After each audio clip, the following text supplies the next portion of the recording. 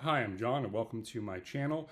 I wanted to make a video about the transgender debate that's taking place in the United States now, especially after the re-election of Donald Trump and the executive order stating that there are only two sexes, or I believe. This is a debate that I think has cost the progressive movement a lot in terms of support amongst regular Americans.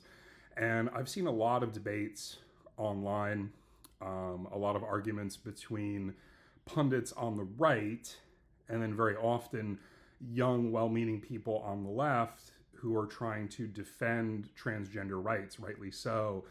And a lot of these debates are pretty ugly. And I think the reason for this is that those people who are coming prepared to debate these issues have a lot of, I guess you would say, material to use against people who don't really have a firm grasp on the issues here. And so I taught anthropology for about a decade in the United States before moving to China. And it bothers me to see people specifically like Charlie Kirk and Matt Walsh and Ben Shapiro sort of run roughshod over younger people who are earnestly attempting to secure rights for transgender people and to make people aware of those rights. And so the purpose behind this video, this is a lesson that I've done on transgender issues for my students for many, many years. And it's a lesson that has opened many people's eyes. And so I hope it will help open your eyes if you are still unclear about what these issues with transgender rights are.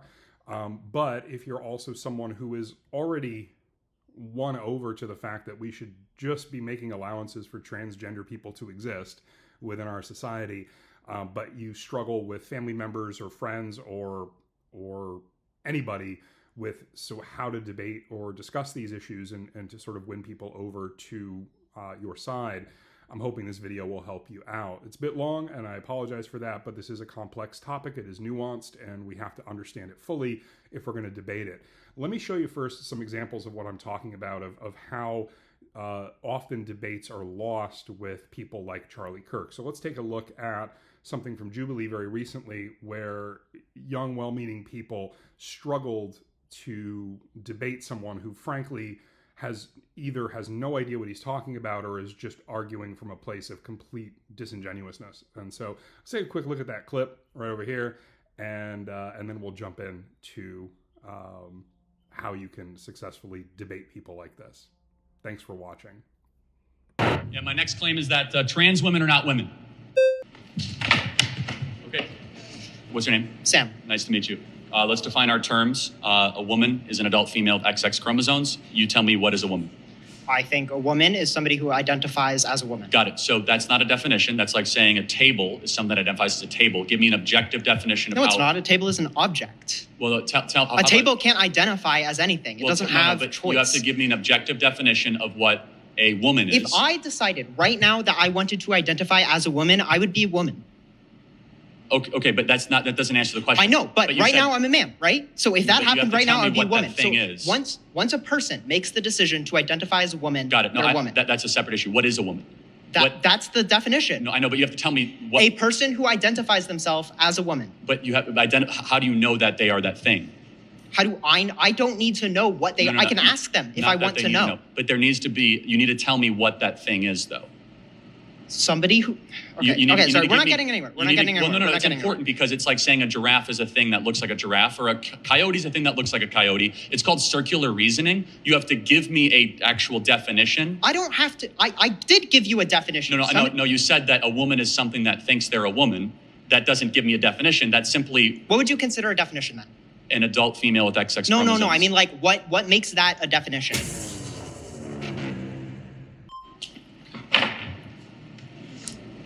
Hello. Hi. Juliana? Juliana, I remember, yeah. Okay. I don't necessarily think that you can define a woman just by her chromosomes. Women are so much more than that. They come in a variety of shapes, sizes, colors.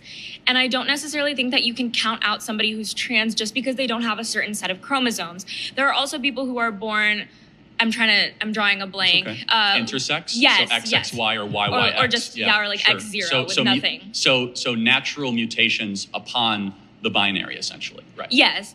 So, but they don't have both sex organs that both operate, right? Yeah, but that also I don't think necessarily works, right? Because if it's X, one just is more X, dominant and than there's the other. a. So Okay, you're either that's- more male or more female, right? So you might have both a penis and a vagina, but there's never been a case of someone who can impregnate themselves. Okay. I also don't necessarily think that works for this situation, but I also want to say that one of my best friends is trans, and I would say that she's more of a woman than I am. I think that women define themselves by multiple things, not just their sex organs. If somebody asked me who I was as a woman, I would not say I have a vagina.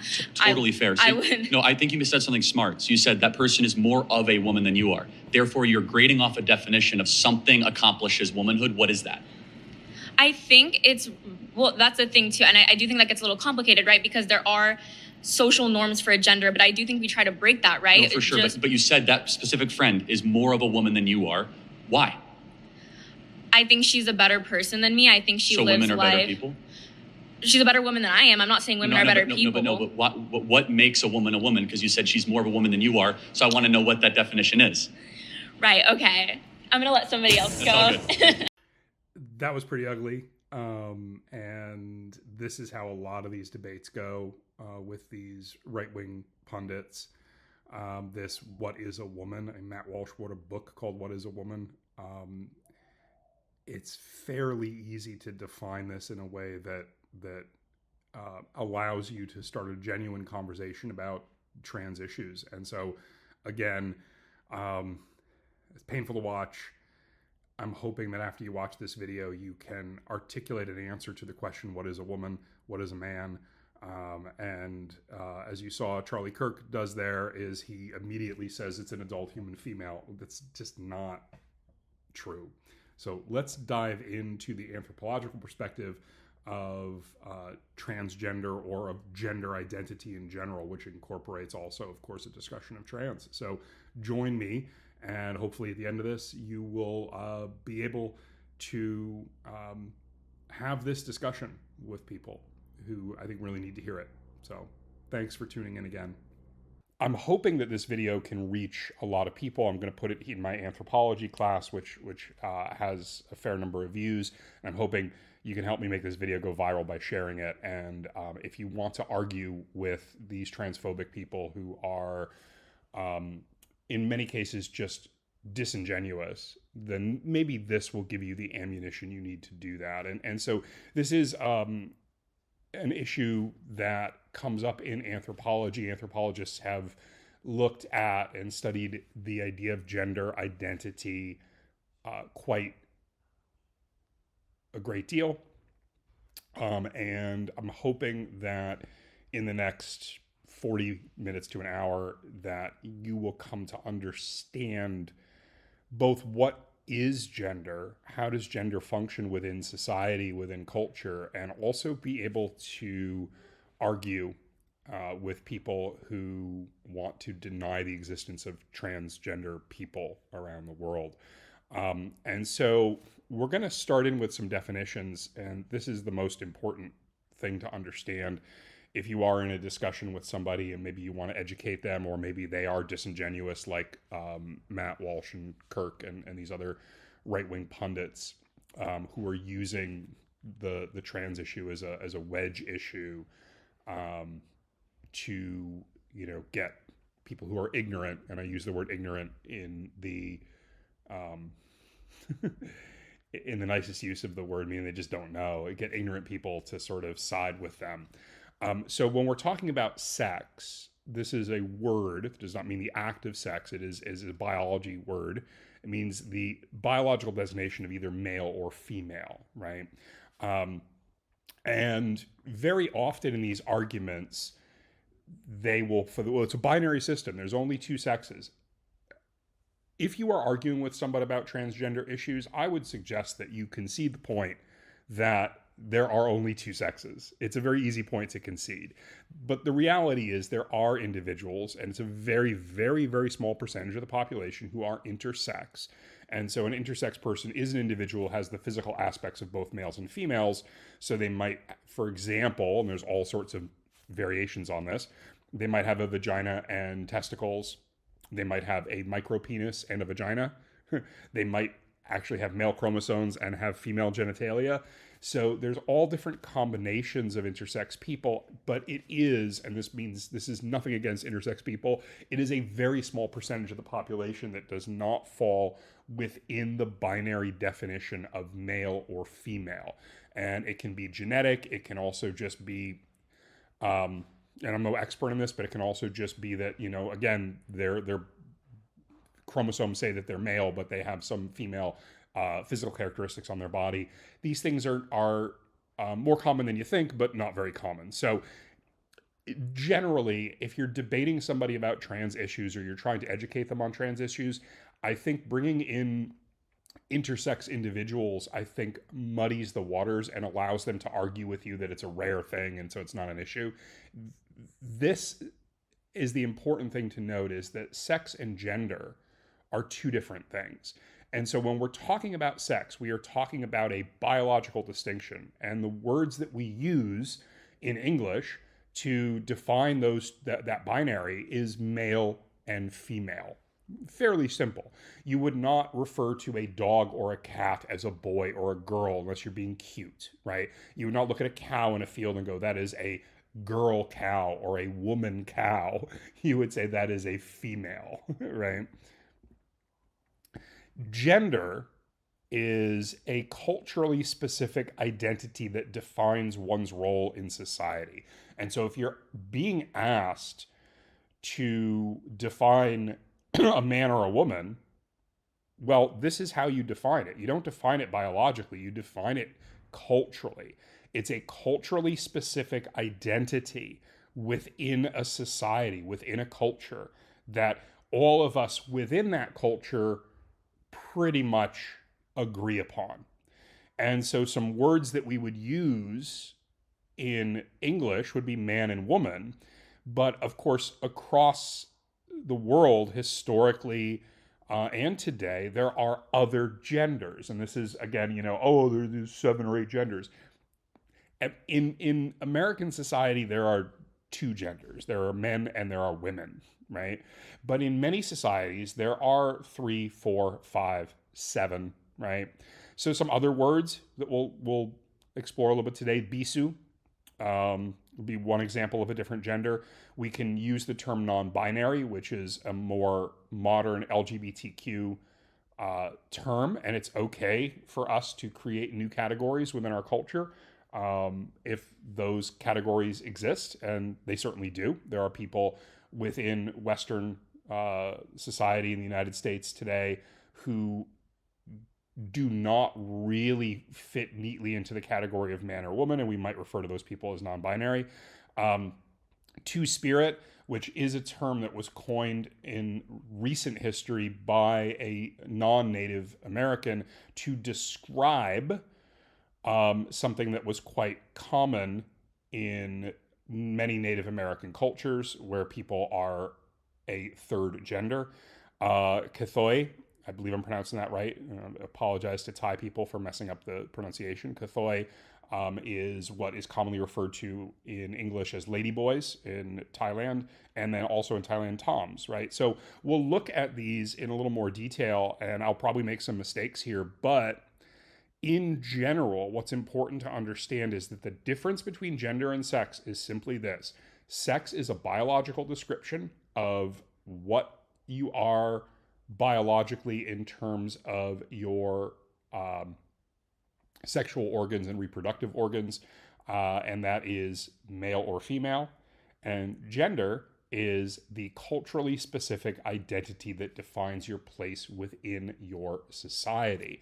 And the thing that's frustrating when I watch these debates and someone like Matt Walsh says, what is a woman? People start to stumble over that definition. And that is a very easy thing to define. The first thing I would say to Matt Walsh is, are you want me to define an American woman? Do you want me to define a Japanese woman?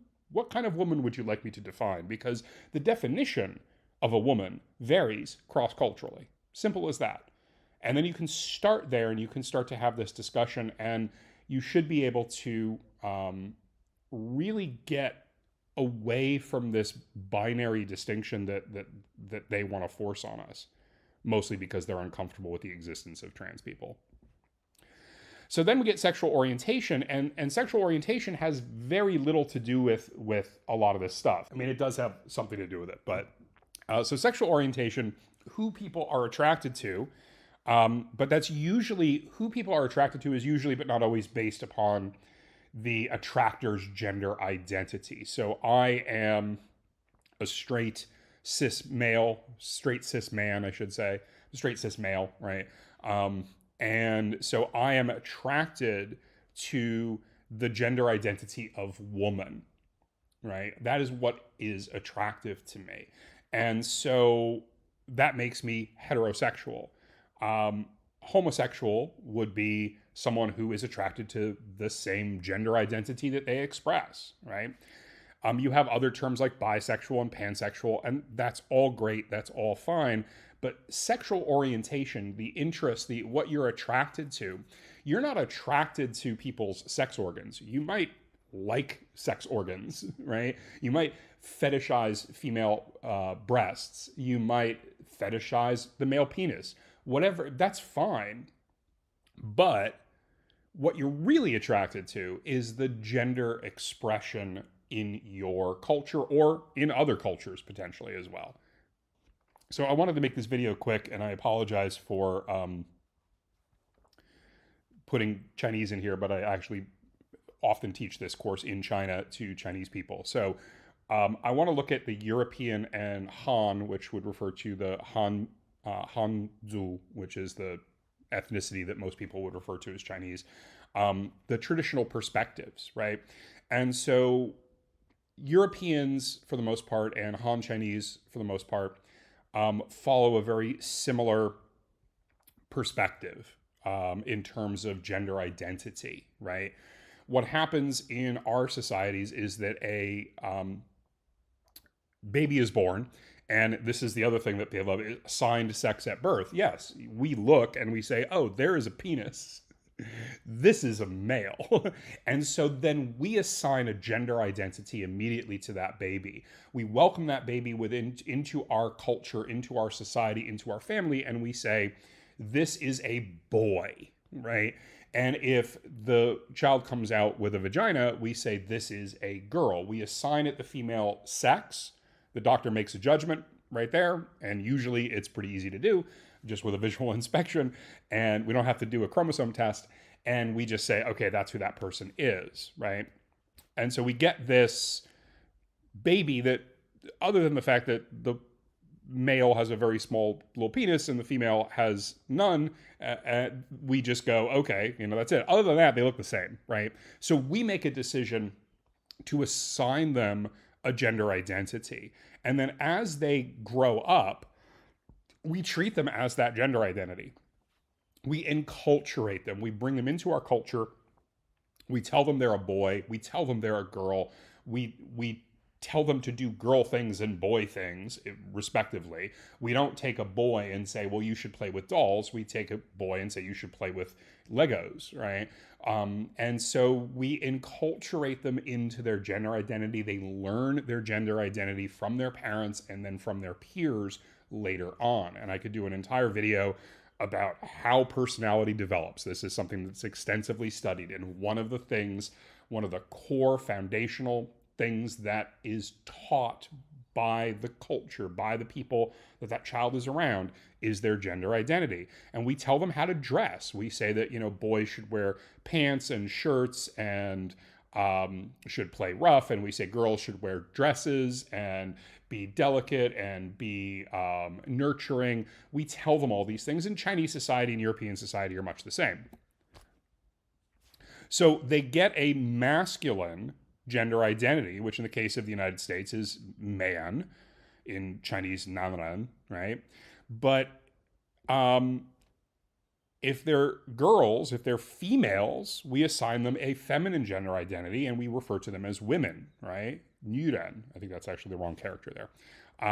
So this is something that cultures and societies do, and it's a fairly well understood process. And you can just think about all of the ways in which parents enforce these gender norms upon their babies based upon what they saw when the child came out as far as what sex they were. And so, yeah, it seems fairly obvious, and this is, again, a very, very big point in these debates with people like Walsh, is, well, that woman and female are the same words, but they are not. And we have to, when we're having this discussion with people or this debate with people, we have to make it clear that what we're talking about is a cultural expression of gender norms within that society. All the things that make a boy and a girl are pretty much culture-based. And they vary from culture to culture, which is a point that I'll get into in more detail. We tell them how to dress. I put that picture there for a reason, right? These are men, European men, I believe of the 18th century. And they are wearing heels, they are wearing wigs, they are wearing makeup, they are wearing stockings. Things that today, woman's gender identity in the West. But in the 19th century, this clothing, these outfits would be associated with men. Women would not wear these types of clothing, and if they did, they would be gender bending, right, and ostracized. And if men dressed as women, they would be ostracized. So the fact is that fashions and what really defines a man, one of the things that defines a man or a woman in a society, is literally the clothes they put on their back, right? And that's what this is all about, ultimately, right? Ultimately, the discomfort with trans people in our society is that we see someone who makes us think that they are trying to dress like a woman, but we can tell when we look at them, oh, I think they are male, right? Because maybe they're bigger or they just don't, they're not doing a good job, right? And that's the big fear factor is, oh, what if that walks into a ladies' room? The reality is that we put on a costume, right? Every morning when we get up and we take a shower and we get dressed, we make specific choices about the way that we present ourselves to the world. Now, gender is much more complicated than what we wear on our bodies. Gender really has to do with how we talk, our body language, how we move within the world, how we use our physical presence in a given space. All of these things factor into the decision that people make. Are you a man or a woman? What we don't do is we don't inspect one another's genitalia. We don't smell each other. We're not dogs. We don't go, oh, is this a boy dog or a girl dog? Let me go check, right? What we do is we put on a costume. And by costume, I also mean the physical way in which we carry ourselves in the world. And that tells everybody else what gender identity, what role we have in society very quickly, right? And so just a point here to understand is that costume changes. It varies today from culture to culture, and it certainly has varied over time. And this is why I use this picture as an example, is these are apparently cross-dressing men in the 21st century. But in 18th century Europe, they're not. And to put the Chinese in there, again, this was a traditional Chinese attire. Women wear their hair in a certain way. They wear certain clothing to identify themselves as a member of that gender. And again, that is going to change over time, right?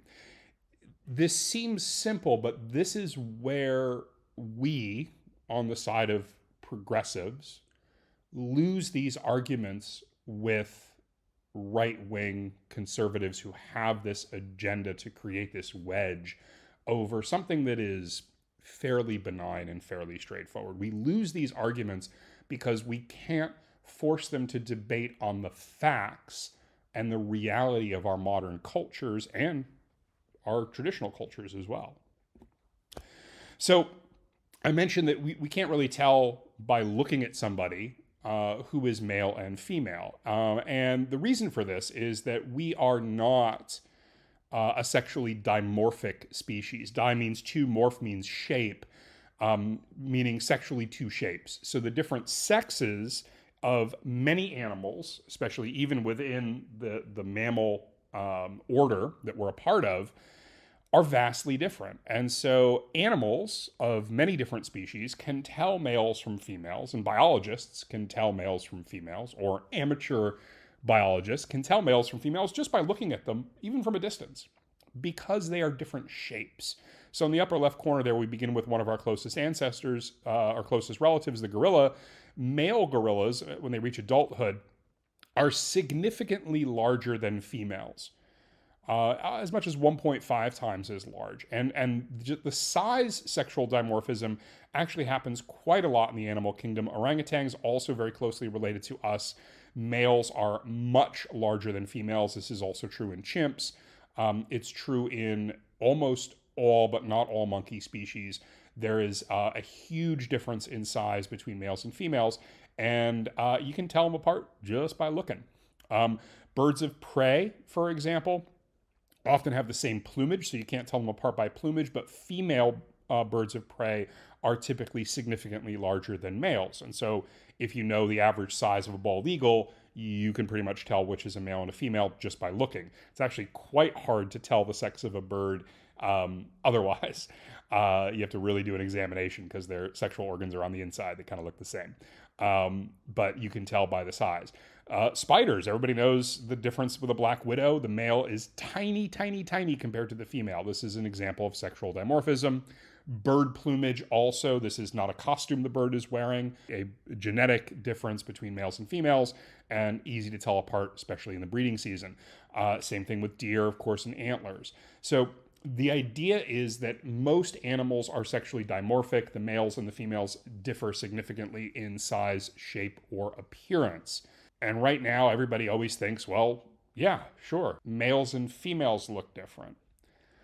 I'm going to argue something now that you might not be able to get your head around initially, but the fact is humans are not sexually dimorphic by the biological definition of sexual dimorphism.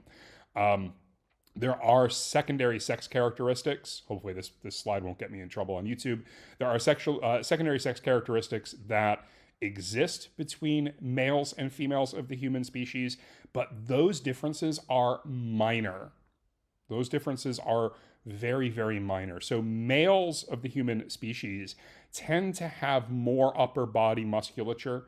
It's easier for males to develop an upper body strength than it is for females. They have less fat that typically deposits on their hips. It deposits in their belly and other places. They generally have thicker body hair. They do not have more body hair. We have equal amounts of body hair. The difference is that males tend to, but not always, have thicker body hair than females. Females likewise have less upper body musculature. There are more fat deposits on their hips and generally thinner, more fine body hair. And the reason for this is the presence of sex hormones, testosterone and estrogen. And of course, you can take medications or just naturally have more testosterone, more estrogen. The food you eat can have an impact on that. When we look at male and female bodies, we don't generally see a huge variation in how they look. And people tend to think that males of the human species are significantly larger than females of the human species. And that's not true. If you just run statistics on it, and the difference in average heights may be about an inch, inch and a half, it's not significant. You know, there certainly are, you know, I think sometimes we see like very tall men. I'm a very tall man. And we see very tall men with very short women. And we go, oh, look. But in general, you just, in our culture, you don't generally see the tall women with short men. Why? Because of gender identity, right? Because men should be tall. And so women are not necessarily, in many cultures, including our own, are generally not interested in dating a man that is significantly shorter than her. So you won't see that a lot, but what you will see are tall men with short women. So we go, oh, men are much bigger. But that's not really true. If you look at the entire bell curve of male and female height and body mass, it's not significantly different, not 1.5 times as it is in our closest living relative, the chimpanzee. So it's hard to make a biological argument that males are significantly different than females in terms of their physical appearance. They are not. So before I move on from this, I want to point out that, again, the things that we see in our society around us can tend to skew this perspective. The reality is that a lot of the things that we tend to associate with masculinity and femininity within a culture are also stressed by that culture. So yes, men can add muscle to their upper body, to their shoulders and their chest easier than women because of testosterone. However, our society also values, our culture also values men who have strong chests and strong arms. And so men work very hard to develop even bigger muscles than they naturally would. And so what we see in our modern media is we tend to think the men have these big, broad chests and big, broad shoulders, right? We're accentuating a physical difference because it is considered attractive by the other gender. And by the people of that gender themselves, they think it looks good. And so in the same way, women do not necessarily try to get big arms and strong chests. Well, for a number of reasons. One reason is that if women work their upper bodies too much, then their breasts maybe shrink or tend to be less prominent. And so shapely breasts are considered attractive. Women get plastic surgery to have this done.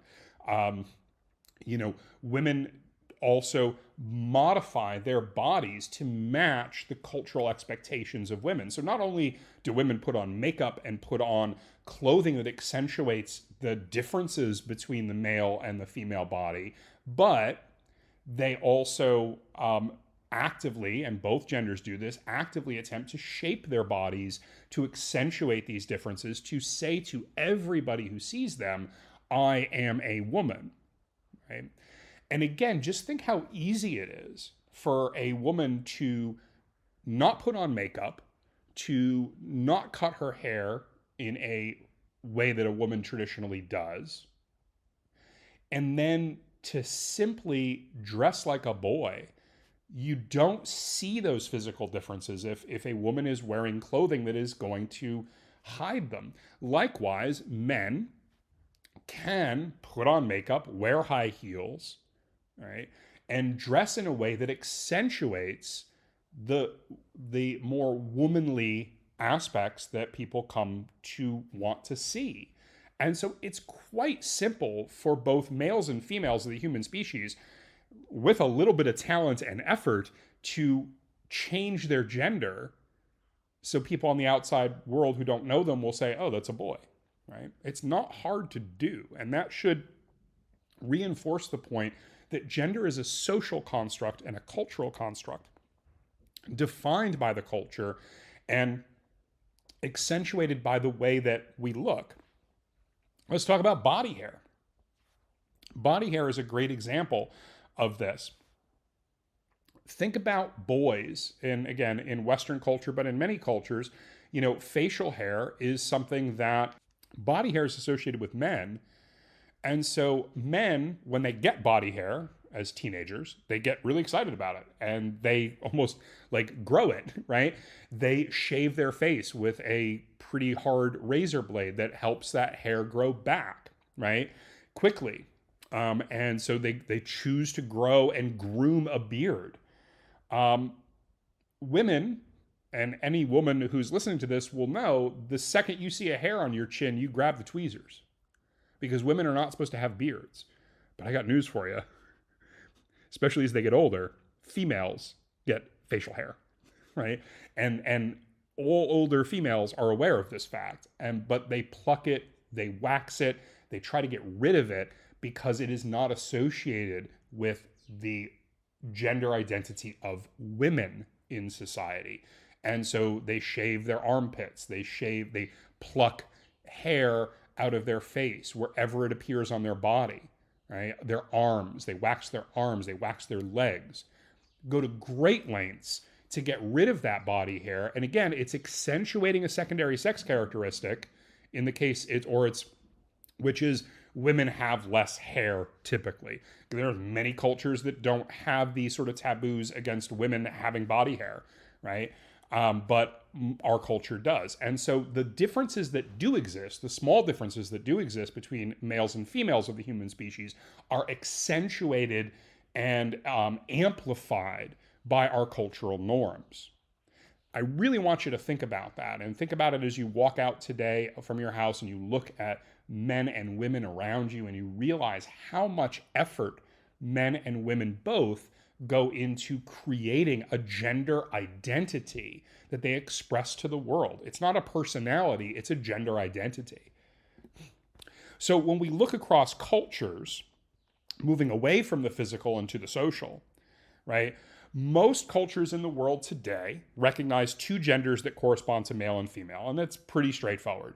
And so again, the people like Walsh and Kirk, who I love dearly both, they use this as a way to sort of browbeat the opposition and say, well, gender and sex then are the same thing. They are not the same thing. And we only need to look at other cultures to understand that they are not the same thing. And so when you are having this discussion, you have to make sure that you're not allowing the language to turn to biology, because biology has nothing to do with this. Most people in these cultures conform to one or the other genders. We all know, however, that there are men who are more effeminate, who are more feminine, and we know that there are women who are more masculine. Not all people conform perfectly to the gender norms that exist within our society, but most people conform pretty well to one or the other. And what defines each gender in these societies that have two, which is most, what we call in psychology or anthropology normative orientation, how are we oriented towards the world, it is different for different cultures. There are differences in the expectations upon men and women in different cultures. And that alone is enough evidence for you to say that we can't produce a definition of women or men that works for everybody. And again, one of the reasons these people are disingenuous is they are only arguing from a Eurocentric or an American-centric perspective, right? They're unable to conceive, or they're unwilling to concede, that different cultures define masculinity and femininity very differently, even in our modern world today. One of the reasons in this lecture I am going to spend time talking about how other cultures do it is, one, it's enlightening to know that your own culture is not the only culture, but also it's a disingenuous argument to assume that there is some sort of universal definition of women and universal definition of men that works as well in Russia as it does in Italy, as it does among the San Bush people, as it does in the UK and Canada. It just doesn't. It doesn't hold up. Now, one of the problems here is that modern Western civilization, which these guys love so much, has come to dominate in a lot of places in the world. So, we see men wearing business suits and women wearing dresses, and we go, oh, okay, well, see, that's the same in Africa. Well, yeah, those business suits that people in Nigeria are wearing to a business meeting are there because of Western civilization. So when we talk about gender norms, we talk about personality traits, right? Levels of aggression, level of acceptable emotional displays, friendliness, these sorts of things. We can measure and say, well, men are more aggressive, right? Or whatever. That's true of some cultures, but not all. Clothing norms, again, how should men dress? How should women dress? What hairstyles are gender conforming, right? What body markings are okay? What jewelry is okay? What are the standards for grooming oneself? That's going to vary from culture to culture, from gender to gender.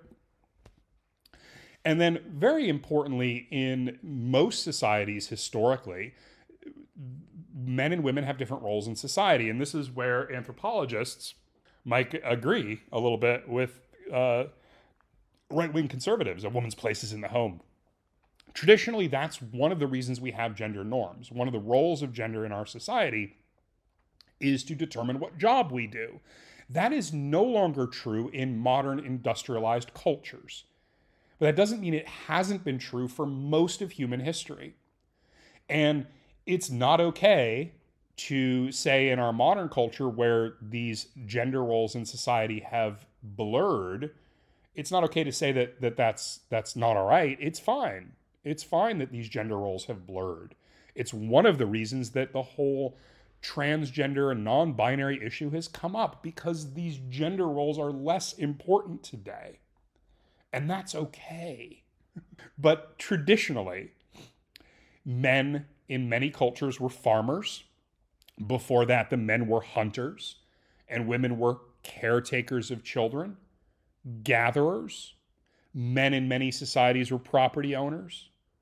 In many societies, they had religious roles, right? But here's the rub. In many cultures, women were farmers. In many cultures, women were the property owners, right? So it varied cross-culturally. And the role that you have in society is very often or traditionally defined by your gender. Very strictly, I might add. One only need to see Mulan to know that, right? This is not rocket science. But in our modern industrialized cultures, the need for these different roles has been far reduced. Generally, women are still seen as for having a role in childcare and childbearing. The reason for that is pretty simple. Women give birth to children. Females, I should say, give birth to children. Females normally conform to the gender identity of women. Because they give birth to children, it's fairly easy for them to take care of those children because they have to nurse them from their breasts for at least the first couple of months, and then they just kind of stick around, right?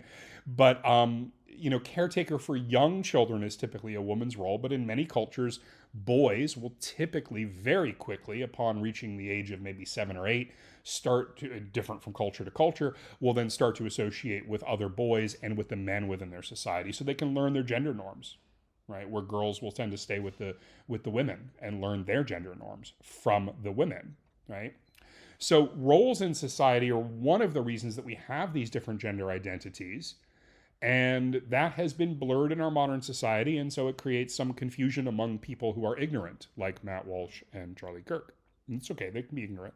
Physical expectations as well, the body traits, and we talked about this, that are considered to be normal, considered to be attractive, and considered to be acceptable within the society. We have certain norms that we force upon people of a particular gender in terms of their physical traits. So again, men should have strong upper bodies, small hips.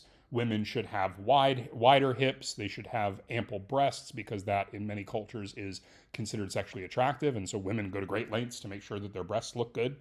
And men go to great lengths to make sure that they, have a beard in some cultures. So again, all of these things are considered to be normative and normal, and we enforce them within our culture, depending on what those physical characteristics are. These gender norms are enforced by your parents from the moment you are born. And this is true cross-culturally, right? Some cultures enforce them less, and we'll talk about that, but most cultures enforce these gender norms from the minute you're born. Think about picking out are we going to paint the room blue or pink? That is such a common trope, common joke, but we immediately put girls into pink things and immediately put boys into blue things. We still kind of do that, right? So that's pretty normal as well. So again, culture is the driving force behind creating and enforcing these gender norms. What is a woman? What country are we talking about? What culture are we talking about? And I will define a woman for you within that culture. I'll do it right now. So let's talk a little bit about how gender norms are enforced. How does a culture create these genders? When we look at both men and women, boys and girls, initially parents are responsible for creating the norms of behavior for their young children. But as children start to play together, and as they become teenagers, and then as they become adults, we just collectively as a society enforce these gender norms on people based upon our own culture. So, we have pictures here of guys, watching sports and drinking a beer. Why do American men like to gather on a Sunday to watch football, right? Or British men like to get together in a pub and watch a soccer game. These activities that are normative for men or for women are enforced by other men and other women. The games that boys play with each other, again, socially, culturally enforced. The way that women dress, makeup, hairstyles, all of these things are enforced by members of that gender. Job roles, traditionally, when I was a kid, the only people who became nurses were women. That's an example of culture changing now, is that men also go into the nursing profession. But traditionally, the idea of a male nurse was almost funny. And so job roles for men and women in a culture are traditionally pretty clearly defined. Now, that has been changing. But, just thinking for a moment about the idea of a stay-at-home father who cooks and cleans and a mother who works out of the house seems abnormal, seems different to us. And just thinking of that example, when you think of the stay-at-home father, you might think, oh, that's so sweet, that's so nice of him to do, but it is not a traditional role for a man. The way in which boys mock one another in many cultures and tease one another and bully one another, right? That is very different than the way that girls do it, right? Girls treat one another very differently than boys do growing up. And again, these are all examples of how we collectively, individually learn our gender roles from other people in our society and our culture, and then we enforce those gender norms on our peers, on ourselves. And there's a lot of social pressure to do this, a lot of social pressure to do these sorts of things. And this has nothing to do, or very little to do, with our sex hormones, our secondary sex characteristics. Scientists and psychologists will tell you certainly testosterone makes males more aggressive, and that's definitely true, but women have testosterone as well, and it's just that those sorts of behaviors are encouraged, or traditionally encouraged, among boys and discouraged among girls. Girls are not meant to be physically confrontational, where boys are. Boys play rough, girls don't. You cannot simply boil that down to a slight difference in hormone levels. There is a cultural phenomenon going on here that teaches boys that it's okay to play rough with other boys, but not okay to play rough with girls. And girls also have these norms that they should not be physical and get into physical confrontations or fights with one another in many cultures. So let's look at traditional normative orientation for men in the United States, right? And I've got a few examples here that are, again, very traditional. And this is changing in American society. And actually, that change is one of the struggles that we're having now with conservatives, who generally want to conserve the status quo or go back to the way things used to be. And so these sort of ideal archetypes for masculinity in the United States, because so many of these examples are at risk, that actually causes a lot of concern and worry about the definitions of masculinity. But again, looking at it traditionally, we have the John Wayne, the self-reliant man, the man who does not need to rely upon other people for help. He's going to do it himself, right? Men are taught to be self-reliant. Men are also taught to work very hard, even at the sacrifice of their own physical or emotional well-being, because men have a traditional need to be good providers for their families, for their spouses. And so the idea that men are going to go out and get a job and try really hard to make money, work long hours, all of those things are sort of part of normative orientation for men. Again, not necessarily something that males need to do, but something that men feel a need to do.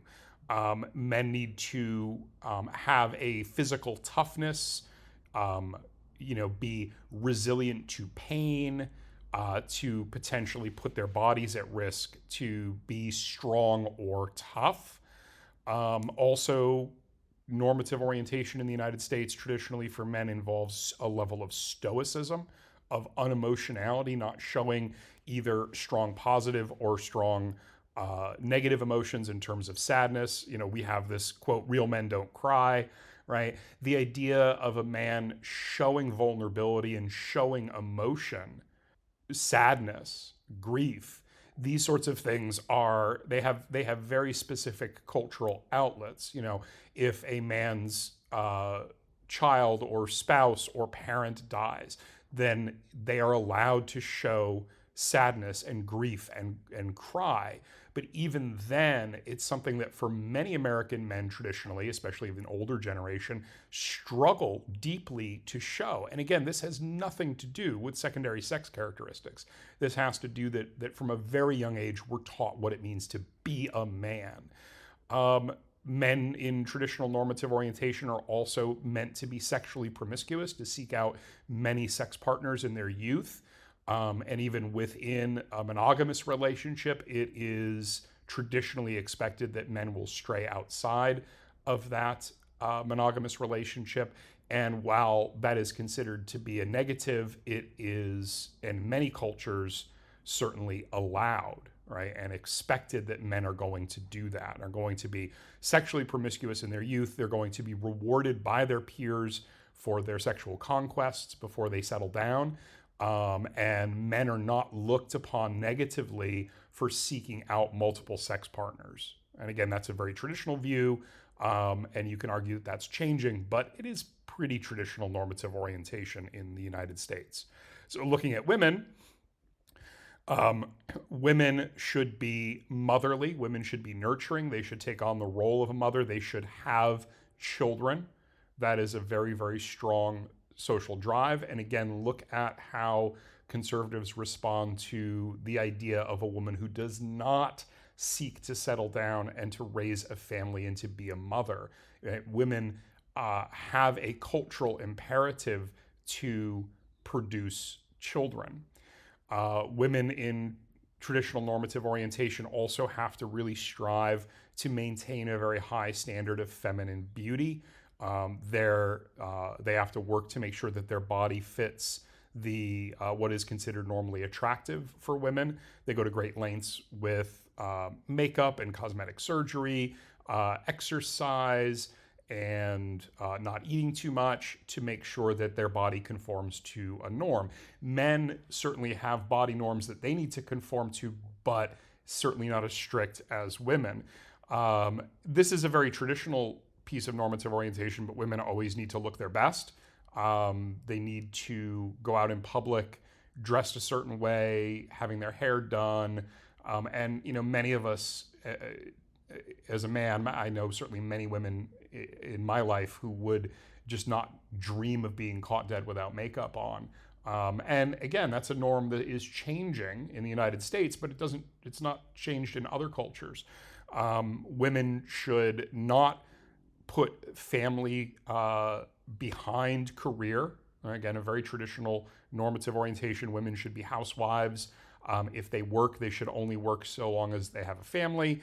And when it comes to sexuality, women should not be overtly sexual, should not place their sexual desires first. They should strive for innocence, limiting the number of sexual partners they have. Once they're involved in a monogamous relationship, that should be it. Now, again, you might argue that there's some sort of biological basis for the difference between men seeking multiple partners, being sexually promiscuous in their youth, and women not, because women have to be careful about becoming pregnant and all these other issues. But you would be wrong to make that argument when you look at how other cultures traditionally handle female sexuality. So it's certainly a modern Western phenomenon where women need to maintain these standards in terms of sexuality, but it's not universal and it's not historically accurate. And again, there's many cultures that have this, and there certainly could be a link to biology that women have a lot more at risk in terms of sexual promiscuity than men do. But the reality is this is not universal by any stretch. Women also traditionally do not need to seek out higher education. You know, this famous saying, boys don't make passes at girls who wear glasses. Being smart, being educated, being learned is not something that traditional American women need to even consider. So I give this lecture often in China, and I ask, you know, what are the Chinese gender norms? How do they match up with American ones?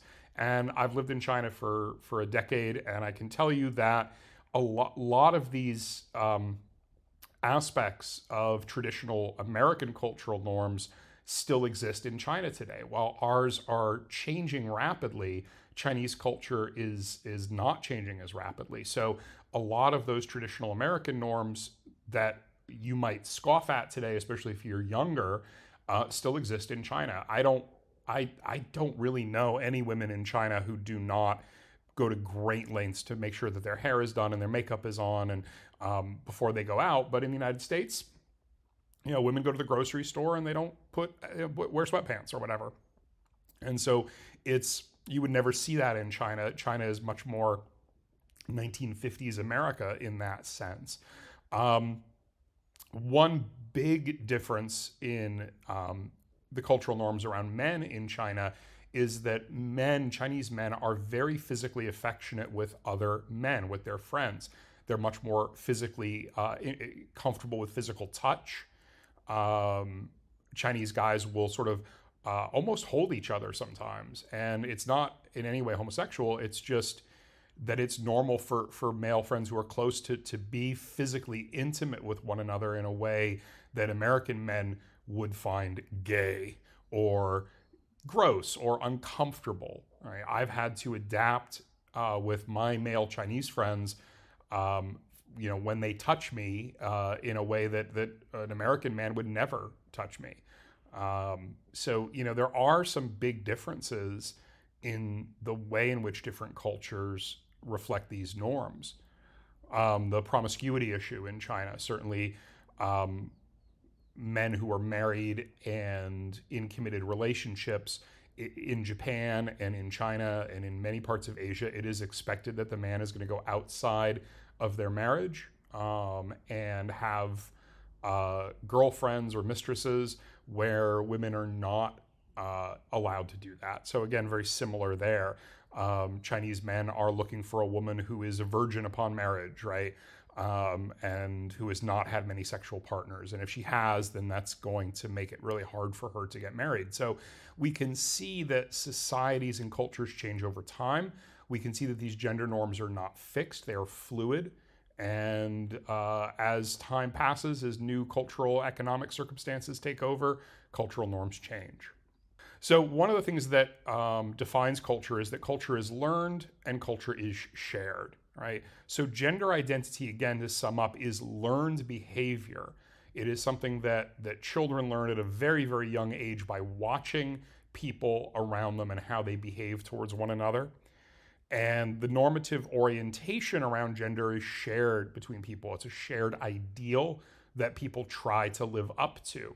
And so, you know, as a guy who doesn't really like sports, I have struggled my entire life from when I was a child to now to sort of conform to those gender norms, even if it means I have to go and watch football on a Sunday afternoon and be completely bored by watching the football game and talking about football.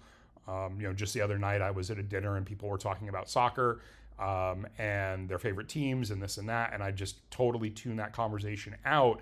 But whenever that happens to me, I do feel like I'm sort of missing out on a very important part of male bonding. And it's a decision, it's a collective decision to enforce this sort of interest, even if I have never had it. Because culture is a coercive force. The cultural norms that we set are very, very hard to resist. And again, this becomes one of the problems in the modern debate about gender identity, is that if you are not conforming to the norms of your gender, that usually causes sort of a deep psychic discomfort among other people. When a man does not act like a man should, or a woman does not act like a woman should, then people in their peer group get uncomfortable. And this level of discomfort can result in even ostracism from, by the group towards this person who is refusing to conform to gender normative behavior. Very often, anthropologists like to talk about culture providing a script. It's a script that we follow, even when we don't think about it.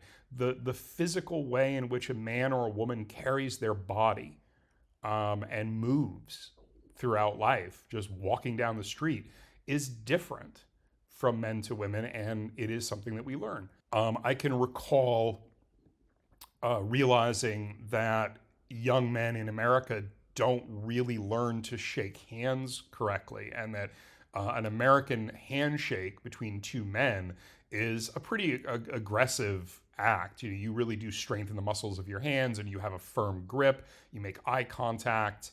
It's a firm handshake. And I noticed my high school students in America, because they hadn't really shaken hands a lot, didn't know how to do it. And we used to joke around, when do these kids learn to shake hands? And the simple answer to that question is, when you shake hands incorrectly with an adult man, he is going to either feel uncomfortable or seem, put off by your odd handshake.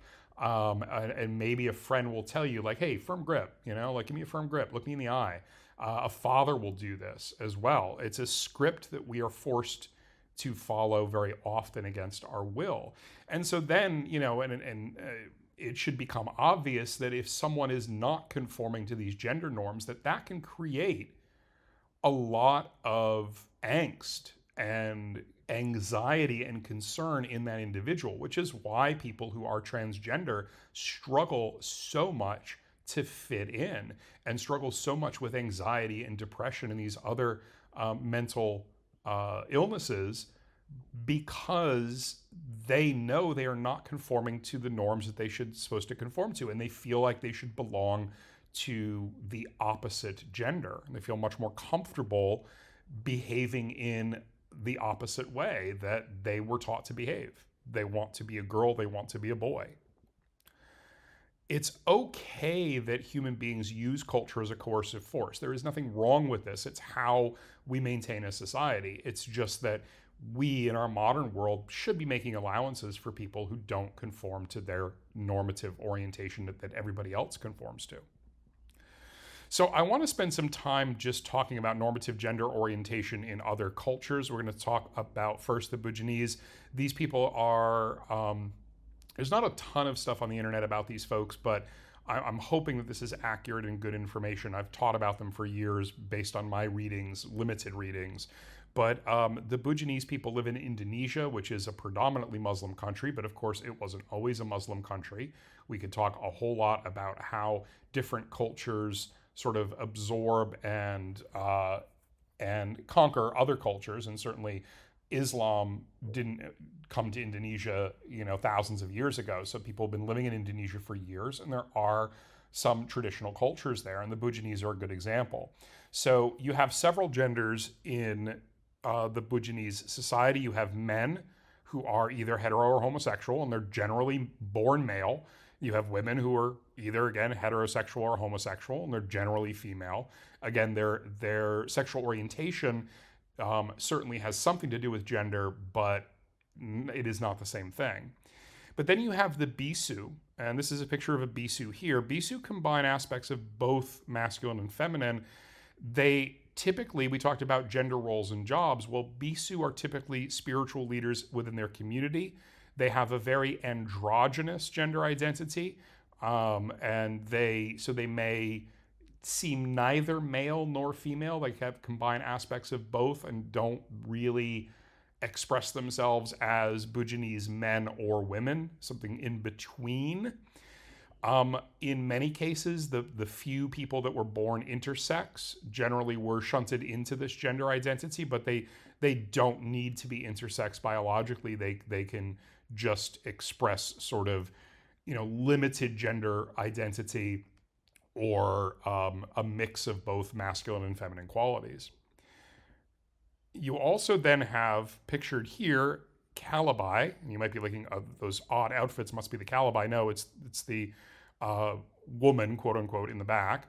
Calabi are normally born male, but they dress and act as a heterosexual woman, but they act more feminine than typical Buginese women. So they sort of accentuate the feminine aspects within their own culture, and are sort of like I refer to it as a turbo woman. They do have a role within their society, and they generally are involved in planning of weddings. Now, if you talk to calabi and you say, do you feel like you are a woman trapped in a man's body? They don't. This is a quote from one, that who they are is unavoidable, unchangeable, and it's given by God.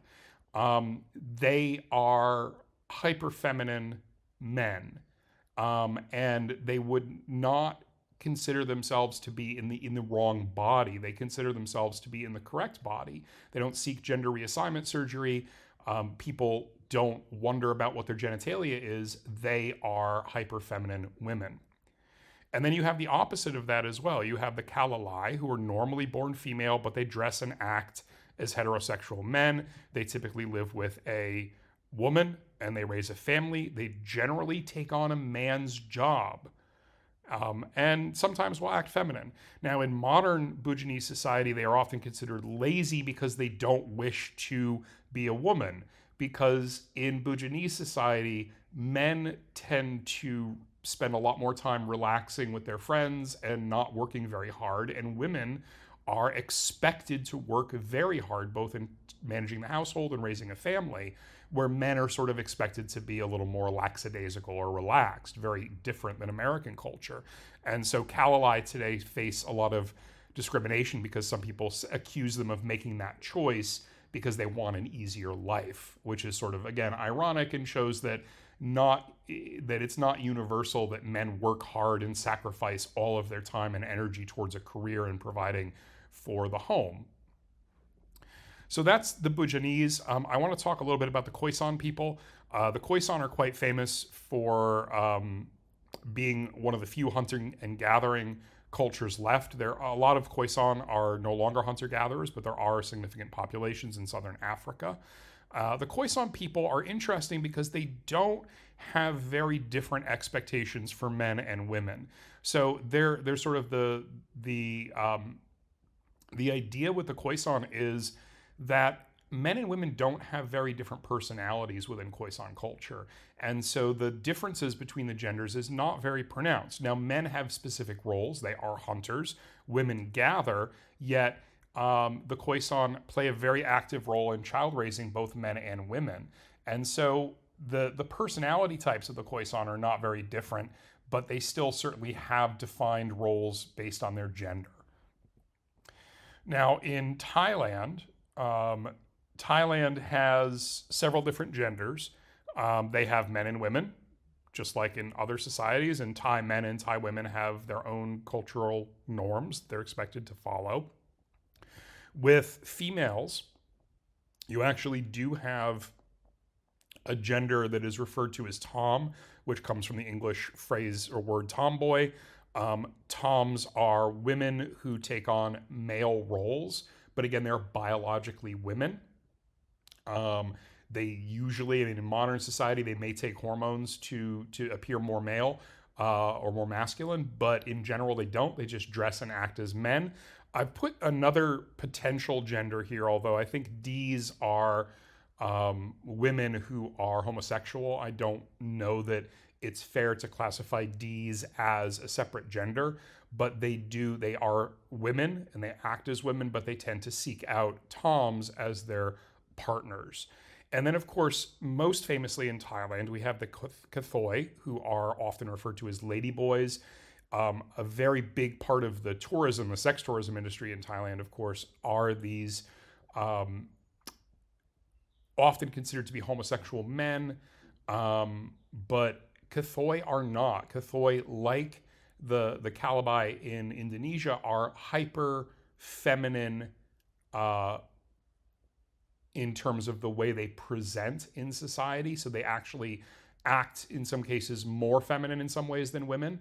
And they really go to great lengths to appear as women. However, when you talk to them, many of them do not consider themselves to be men trapped in women's bodies. They consider themselves to be a part of this additional gender, this ladyboy gender or Kathoi gender. And so, again, there are plenty of examples where there are third, fourth, even fifth genders within societies. The Hijra of South Asia are also a traditional third gender identity in South Asia. They are often intersex or castrated males, meaning they've had their testicles removed or even their penis removed. And they have a very important role in Hindu religion, especially around marriage. And Hijra, again, dress as women, but were born male. And of course, a wedding in traditional Hindu culture must be blessed by a Hijra. So they do have a role within their society based upon their gender identity.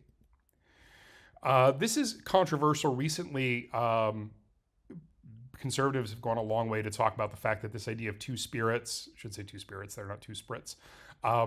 Two spirits is something that's made up by modern, anthropologists. It's not.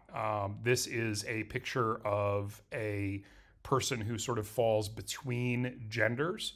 And so it's common in many Native American cultures in both North and South America, although not all. It's a boy or girl who displays gender preferences for masculine and feminine things both. So they gravitate towards things that are common for both genders. Native American cultures, like many, have very clear markers between what is, some things that men should do and things that women should do. But the two spirits individuals cross those lines. And in many cultures, children at a young age who showed preferences for things outside of their gender assigned at birth were considered to be a rare gift because it was felt that they could live in both worlds. And so these people were celebrated, and in many cultures continue to be celebrated for their ability to cross that gender barrier. We have similar things in many native cultures. In Hawaii and Tahiti, they're called, I'm going to mispronounce this, the mahu. Same thing. In Samoa as well. In Tonga. So it is very popular or very common in traditional cultures where people who didn't conform to the male or the man or woman corresponding to their biological male or female sex, people who sort of gravitated towards some aspects of the feminine when they were masculine or vice versa, are considered to be very special individuals. Rare, but special, So again, gender versus sex, I use this as a little quiz. You may recognize some of these people. Who are the males and the females?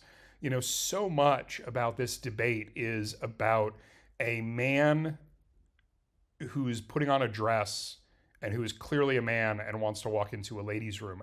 The reality is that these people who live amongst us, who do not feel comfortable conforming to one gender or another, often go to great lengths to adopt that gender and are indistinguishable from other people of that gender.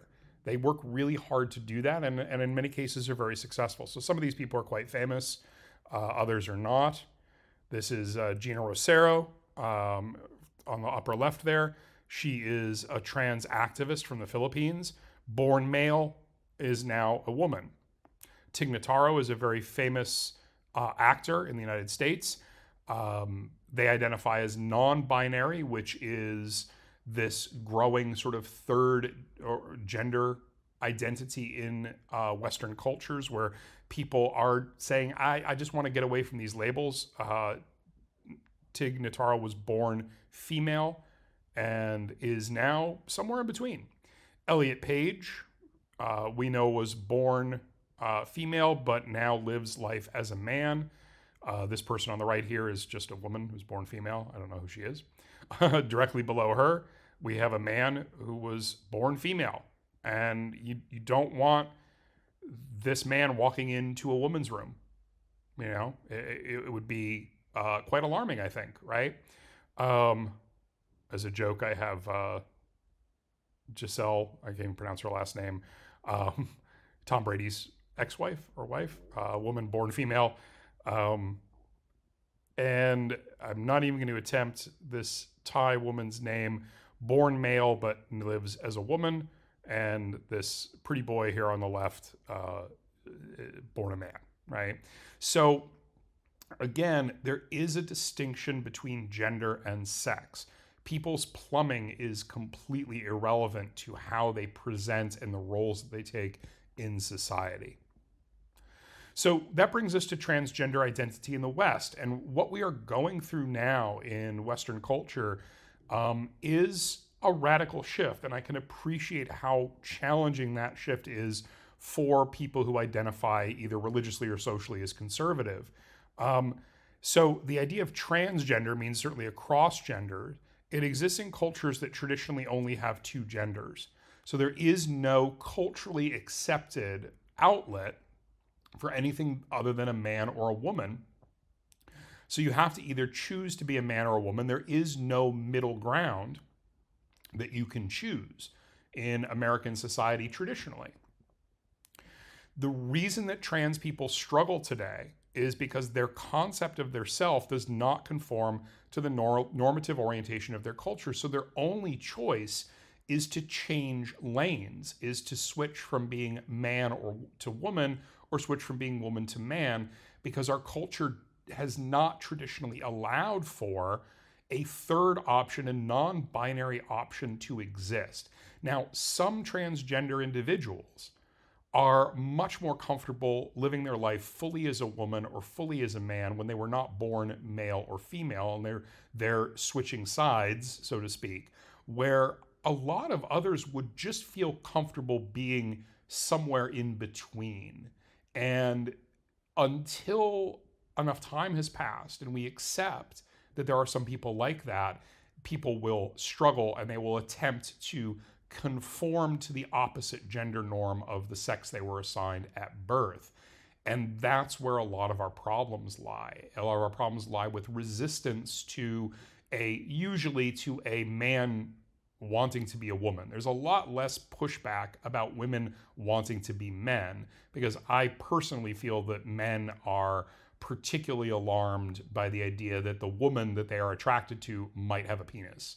I think that is a lot of what's behind it. That's my own personal opinion. A lot of this has to do with the gender normative orientation for American men around this sort of fear of castration or fear of being seen as feminine, right? And so the idea that a man would outwardly choose not to be a man alarms them. But people are far less alarmed by women who cut their hair short and wear boys' clothes, because it's normal in America for a woman to choose to wear men's clothing. It's not normal for a man to choose to wear women's clothing. And so a lot of this, which is one of the reasons that I really don't feel these people have a reasonable argument and why we should be pushing back against them whenever we can, is that a lot of this has to do with just the insecurity of men in American culture. So again, because there is no option C or option D, they seek sexual reassignment, or they just adopt the opposite gender and they try their best to conform to that. And they very often do a good job of doing that. And it's the rare case where someone maybe struggles to do that people say, well, we can't have him going into the ladies' room. He's just a guy in a dress and heels, you know. You can see his beard stubble. Well, maybe he just needs to work a little harder at conforming to the gender norms, but maybe not. So this idea of a non-binary gender identity that's emerging that makes people very uncomfortable is an example of culture adapting to new norms. And again, from an anthropological standpoint, there is nothing wrong with this. Culture changes. Our societies are changing, and that's okay. And it's okay for people to adopt these new identities. So again, the main thing, and this has been a long video, and I know, and thank you for sticking with it, is that when you're arguing with people about the issue of transgender, the words that you use are important, right? And not the pronouns. The pronouns are not a big part of this discussion. What's important to understand is that the word male is not the same thing as the word man, and the word female is not the same as the word woman. So define a female should be a discussion of chromosomes and genitalia. Defining a male should be a discussion of chromosomes and genitalia. Discussing what defines a man has nothing to do with their biological sex. When we say, well, can a man give birth to children?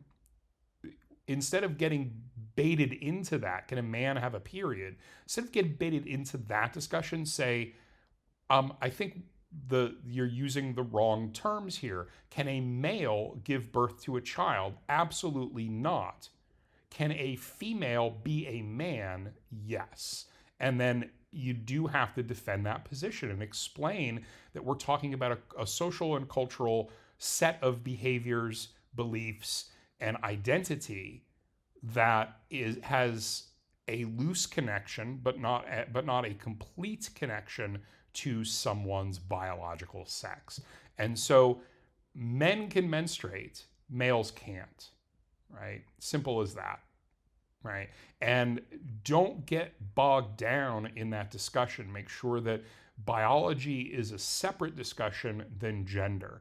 This is very, very simple, but when I see especially younger people trying to debate this with conservatives, they often wind up looking foolish because they're allowing the conservatives to define the terms as opposed to taking control, educating. I'm not going to argue that males can give birth because they can't, and that's obvious. But females can also be men.